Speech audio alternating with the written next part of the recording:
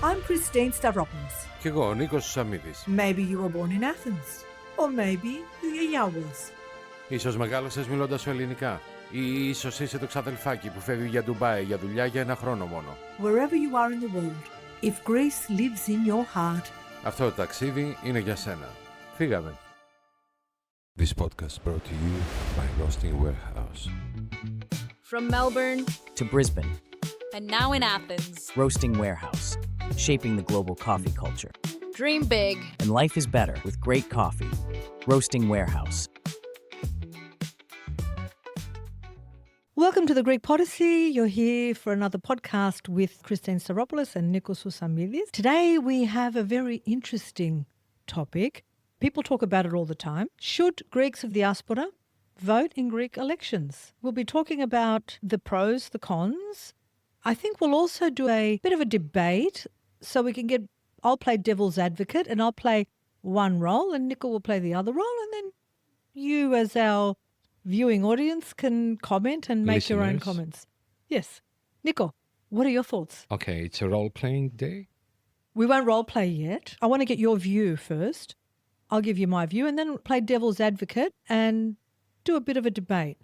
Okay, first of all, let's say that voting is very important. Voting is a right. It's not a gift. It's a right of every citizen. Yeah. And that's very important. So now in regards the voting rights for people, Greeks living abroad, that's a different story. Can the votes be so important for the governments to come to this decision, to give us the rights to vote from overseas?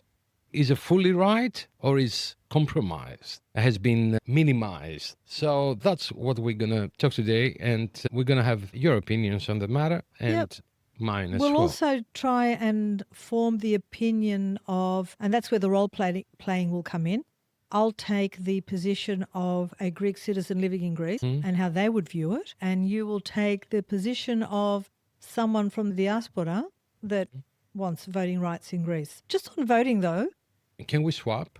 Yeah, we can swap. I think it's more You are correct. from, yeah. And pass a bit of the mentality, Greek, the mentality. Which makes sense because you lived all your majority of your life in Greece and I've never lived in Greece.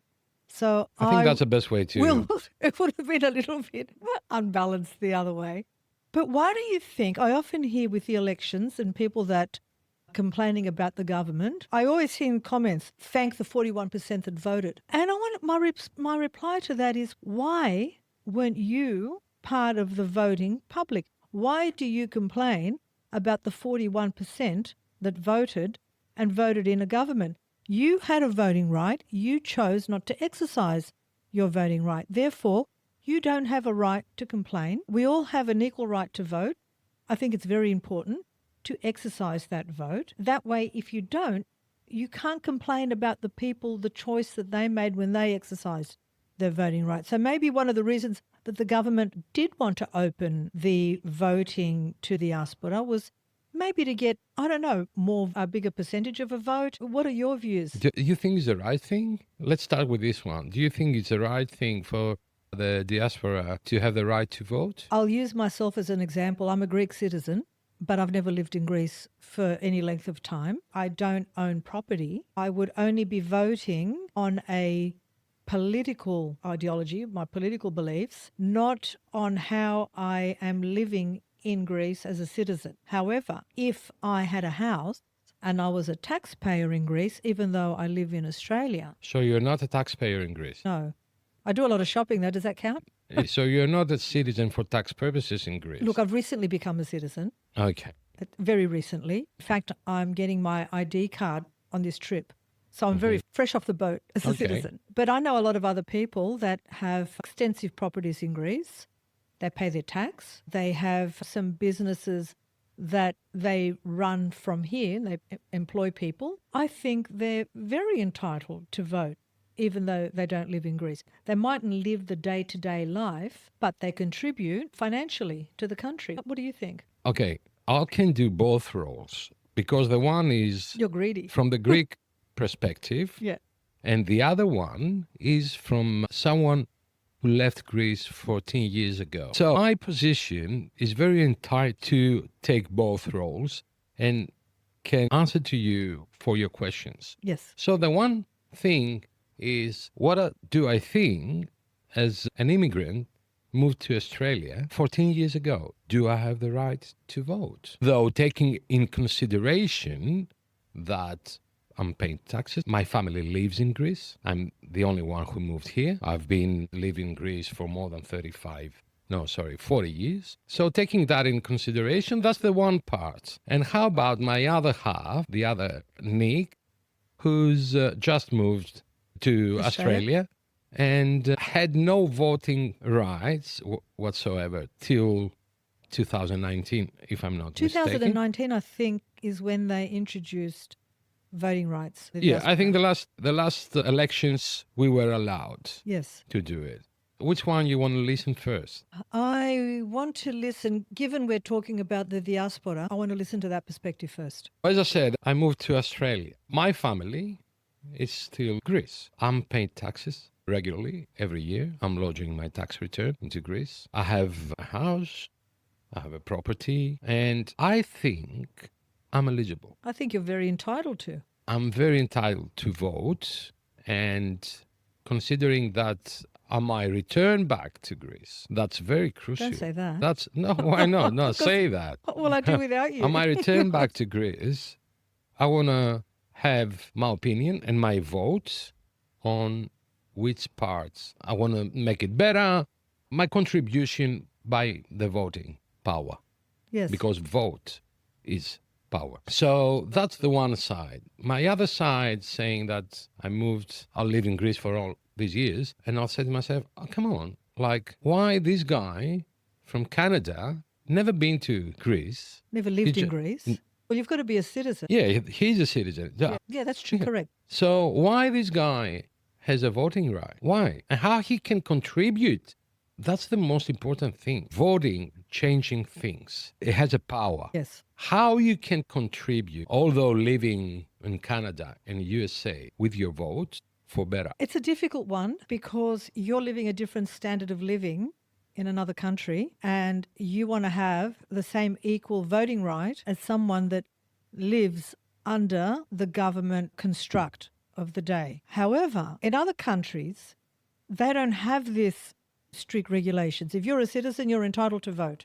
Greece has only recently introduced the voting for the diaspora.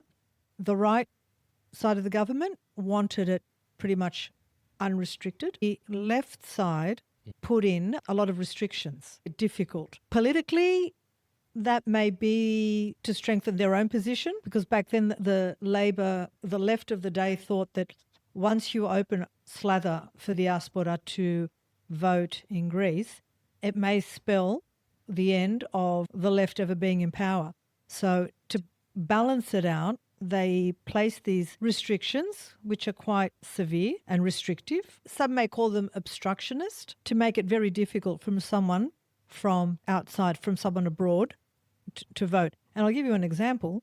The last elections, I happened to be at the consulate, and I asked how many Greeks turned up, because you've got to go to the consulate to vote. It was something under 200 people. So minuscule, something insignificant.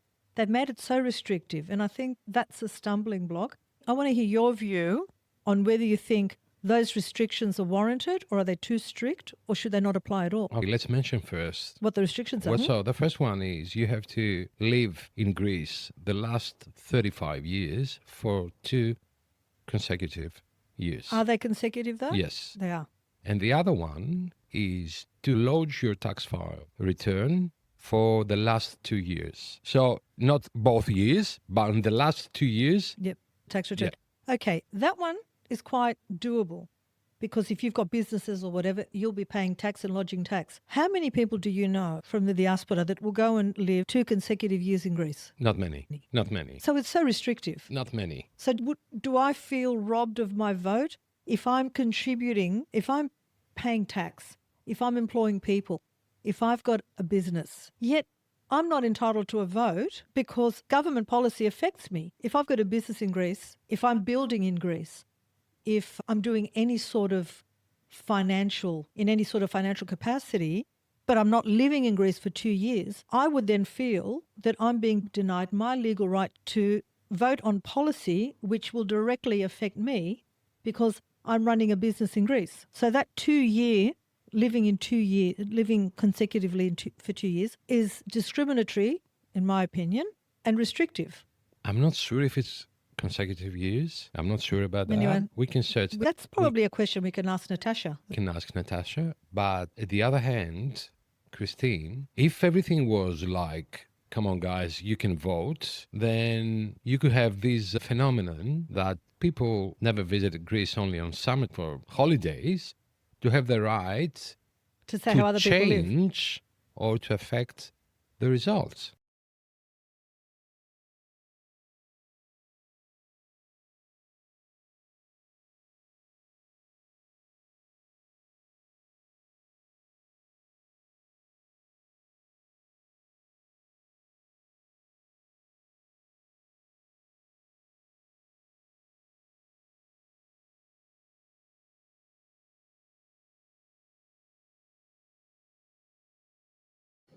Hello, I'm Natasha Karamichou, and in this podcast, we will continue to elaborate on donations. What is a donation? According to Article 496 of the Civil Code, the provision of property to a person constitutes a donation if it is made by agreement of the parties for nothing in return.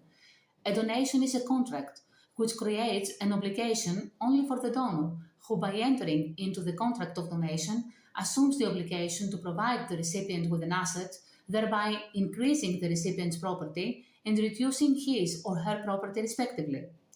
The essential elements of the donation contract are, on the one hand, the provision or promise to provide an asset, and on the other hand, the agreement of the parties without any return, which is subject to notarial form. This asset may be movable or immovable, and in cases where it is immovable, a notarial deed must be drawn up. The legislation on donations is regulated by the Civil Code. A donation to be valid, it must be accepted by the recipient. The donor, in the case of a donation, is liable for fraud and gross negligence. What is not a donation?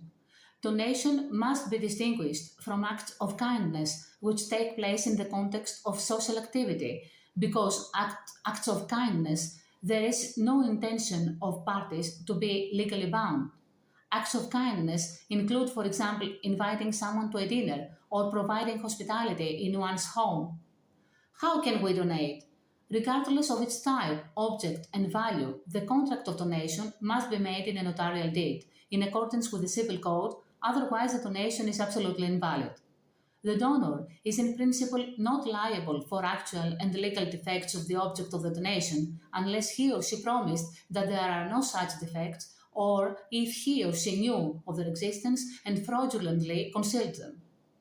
A combination of articles of the Civil Code clearly shows that, for the transfer of any real estate ownership by donation, among other things, an agreement between the donor and the recipient in a notarial deed and its registration are required. The acquisition of ownership of the transferred real estate takes effect from its registration to the National Land Registry. Therefore, without any registration or with an invalid registration due to essential defects, ownership is not transferred to the recipient.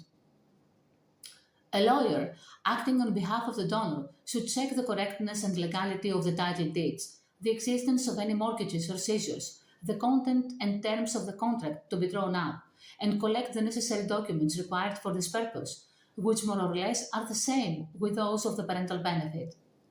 After the submission of the necessary documents, the notary public will draft the text of the contract, which includes the description and acquisition history of the property, the special conditions, and finally the acceptance from the recipient. The public notary will also post the donation tax return on the fiscal authority's website. The process is completed with the signing of the contract by the parties and the registration of the deed at the relevant land registry. What about the donation tax? It is the recipient who is liable to pay the amount of tax due, which is determined according to the value of the asset transferred and the relationship between the donor and the recipient. The same fiscal scales apply on the donation as well as the parental benefit. What is the difference between a donation and a parental benefit? A parental benefit is the transfer of assets such as property or money from parents to their children with nothing in return. Unlike a donation, which can be made to any person, a parental benefit concerns only first degree of kinship, parents to children, and is aimed at creating or maintaining economic independence or starting and continuing a business. Can we revoke a donation? According to Article 505 of Civil Code, the donor has the right to revoke the donation if the recipient has committed serious misconduct and has been ungrateful to the donor, his or her spouse or close relatives, and in particular if he or she has failed in his or her obligation to provide for the donor.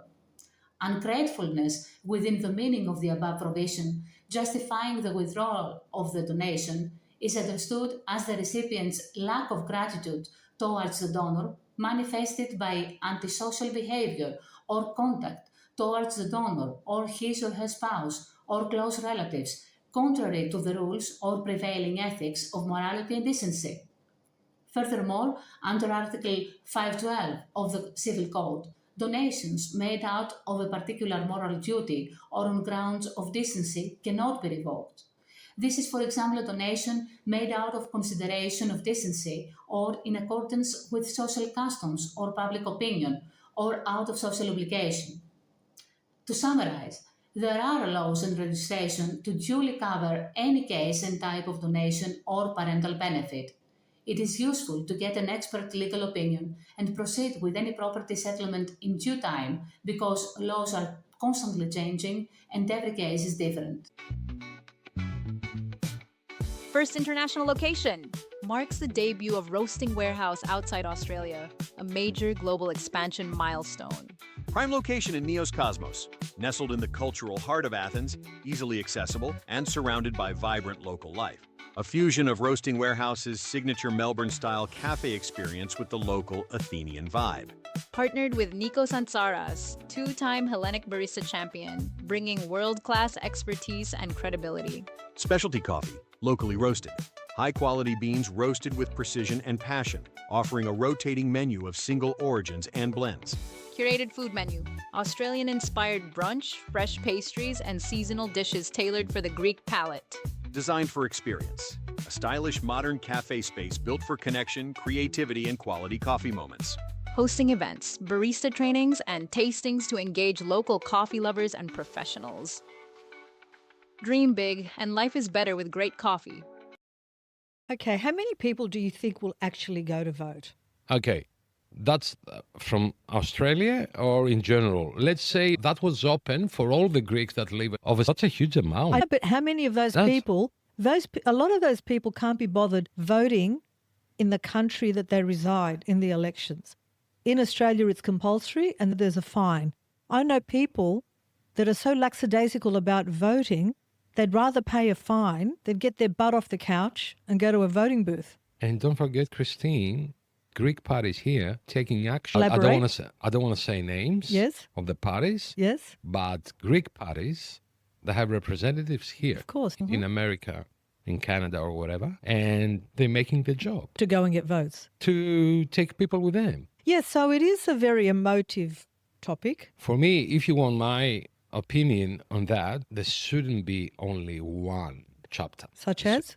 So, for example, in my case, that people that left Greece the last 15 years, for example, those are the new immigrants. You know what I mean? Yes. So it shouldn't be like only 2 paragraphs on this one. You have to live 2 years and lodge your Tax return. So it needs more scheduling. It needs to be more programmed. Yes. So if someone was living in Greece, they've lived abroad for 15 years, that to Yes. vote. Why someone take away my voting rights for 5 years, for example? Why I'm not eligible to vote? I know everything. I'm following everything. And the other side is the Greek side, for example, the ones that believe that it's not good. I say, come on, do you know what are we going through at this moment in Greece? Do you know the hell that we're living now, and you from overseas, you're having your good life, Yeah. and you want to vote for us that will have the austerity measures and this and that, which is respectful. Again, it is respectful, It is. Christine. But if I was those measures in austerity, if I was employing people, a business in Greece, they still affect me. So why shouldn't I vote? Of course. Just because I don't live? Of course. Yeah. So that's why I'm saying that it's not only 2 paragraphs. No, it can't. It can't be only a 2 paragraphs. If you want to do it properly, just do a good plan. Plan it properly. Did I vote? Did you vote? No, Oh. I didn't. And 'cause I missed it. You missed it. I missed it. That's my I missed point. it. And you know what my mother-in-law said to me? Ανώνησε να μας κάψεις. That's what she said to me. Explain. Your vote can affect the elections. Yeah, 50% of the voting power, they're not voting. that's right. They're not going. 41% in the last. My mother-in-law, she's a beautiful person, fantastic. We've got to be good with them. Now we're having like good debates with her. But she said that, and I was thinking, and I said to myself, under her perspective, I was thinking by her perspective. Yeah, it's good Why to is step she into saying- someone else's yeah, shoes. why is she saying that? Why does she afraid that my vote will affect the results? If it's that Crucial, powerful yeah. and that crucial, then we should vote. Did your mother-in-law vote? Yes. What I don't understand when I've been in Greece around elections as well, as Greeks, we love to debate. We debate politics. We debate sport. We debate 2 flies walking up a wall. Why are you debating when you're not going to vote? I believe if you're not going to exercise your right to vote, you don't have a right to an opinion. Don't. Yeah. If you feel Yeah, that strongly about it, I agree with that. And the ones that waging about that, about the voting, I'm pretty sure that probably 50% of those are the ones that didn't went yeah, to exactly. vote. So they just criticize. And when things happen that they don't like, they blame the people that went and voted. It's like, yeah, let's thank the 41%. And I think that's so illogical. Yeah. One of the reasons that I was disgusted when I was living in Greece for all the political scene, it was that the people that just didn't care. Do you They think- didn't care. They were tired. They're jaded. They're They tired. were tired. They're fed of- up. for everything that happened there, and say, no, I don't give a shit. I'm not going to vote. I'll go on the beach and I'll have a good time there. Because no one cares and all this story, everything goes from downhill to whatever. And that's the attitude. The other issue, Nico, is us here, for example, we can vote wherever we are in Australia. In Greece, you have to go and vote in your local government area. If you're on holidays and elections happen to be through the summer, you have to leave your holiday and go to wherever you're registered to vote. They don't have postal votes or out-of-area voting I think out of area voting exists now. now. Yes. Must be very and recent. I think that postal voting Yeah. also exists. I'm not sure about that. But if you want to vote and you say that, like, I'll be in Crete instead of Thessaloniki, then they can put you on the list. Yes. But the other thing is that if you're far away, for example, the same here in Australia. I think how many kilometers is? It's about 200 kilometers here in Australia. What's your You point? can take an exception. I don't think you can take an exemption. Of course You've you got a can. right to the government. You've got to No. submit in writing that you'll be out of the country. So when the elections happened and I didn't vote because I was away, I received a letter and say, please explain why you didn't vote. So I enclosed my tickets, my airplane tickets. I was Right. away and I sent it over. So that's what happened. You never been away from elections? Nico, I'm a bit of a political animal. Oh, you tiger. When there's an election, I need to be in the thick of it. Of course, there are people that gave their lives for this privilege because it's privilege. It is a privilege. And women fought for decades to be able to exercise the right to a vote. There are many places in the world where voting, particularly for women, is still not allowed. That's true. So I just think when you've got a right to a voice, you should take that gift and exercise it, whichever way it goes, because you think, okay, I can now have a right to complain because I went to the trouble of going to vote. But I love Greeks and their politics. I love getting into a taxi when I'm in Greece, and invariably it always turns to a political discussion. I think I've mentioned it before. The best conversations I have are with taxi drivers. They're always so chatty, so open, and I find the best information because they're at ground level. They hear everything. They meet lots of people. Greeks are political animals. They don't necessarily vote, but they always have a political opinion. What they say about the opinion, I don't want to say it on air, but that's okay. When the women voting established in Greece, 1952. Unbelievable. Why? You know where in Yesterday, Australia? pretty much the same You time, I reckon? think. Let's search about it. You will be amazed. Tell me. Federal voting rights, 1902. Oh, we're pretty much ahead, straight after Federation. So that's it. You let us know what you believe is right or wrong. We've shared our opinions on voting abroad in elections. We also want to encourage you to start sending your questions in, your legal questions for Natasha. For everything. For everything? Everything. Yeah, just we've had a lot of dialogue, little videos that we're posting On a social social platforms. media platforms.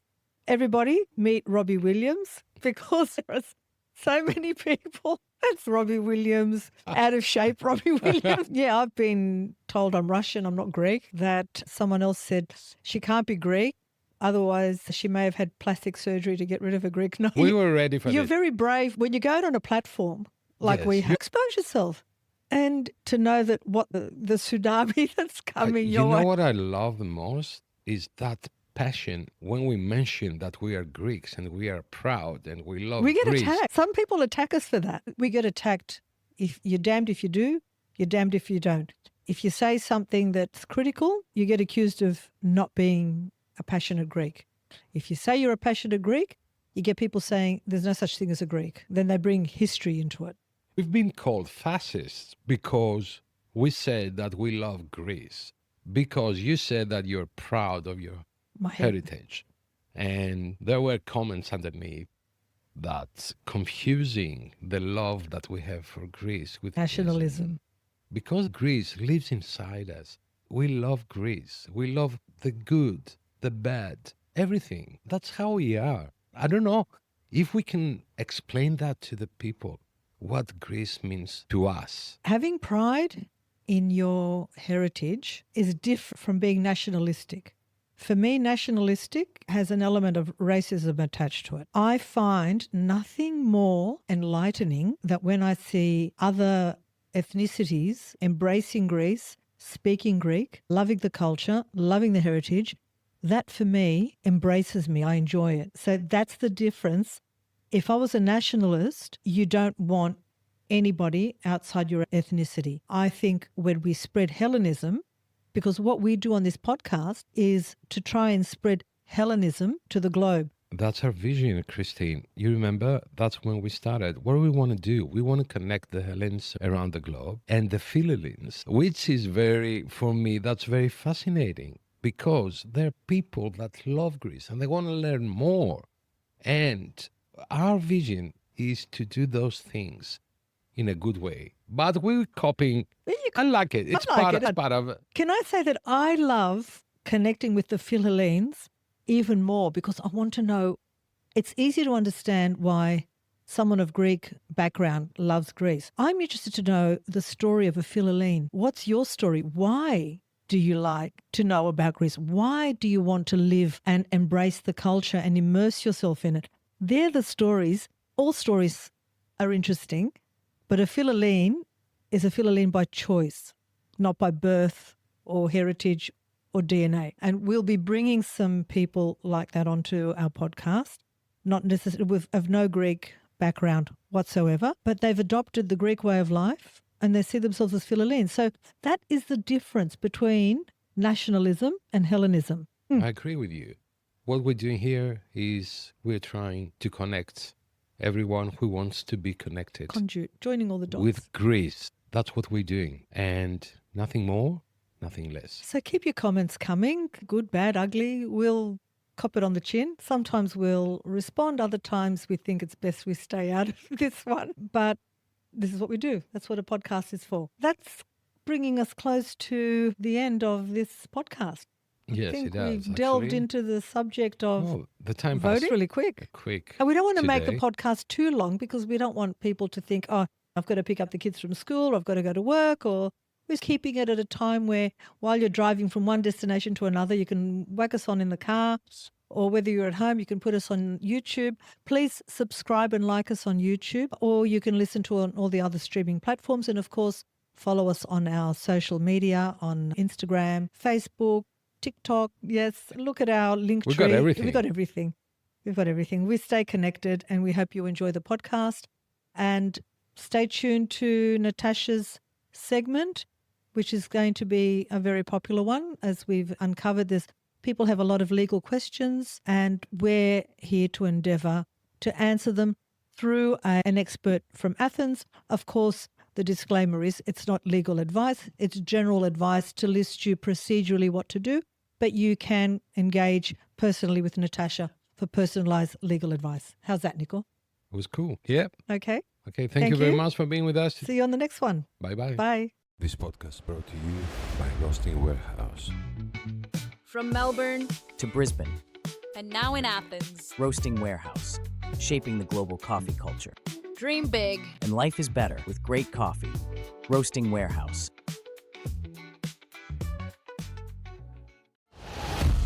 I'm Christine Stavropoulos, Κι εγώ ο Νίκος Σαμίδης. Και αυτό είναι το Greek Podyssey, το podcast της Ομογένειας. a podcast for Hellenes worldwide, sharing stories, culture, identity, laughs, and a little bit of tsugrisma along the way. Γιατί μπορεί να φύγαμε από την Ελλάδα, αλλά η Ελλάδα δεν έφυγε ποτέ από μας.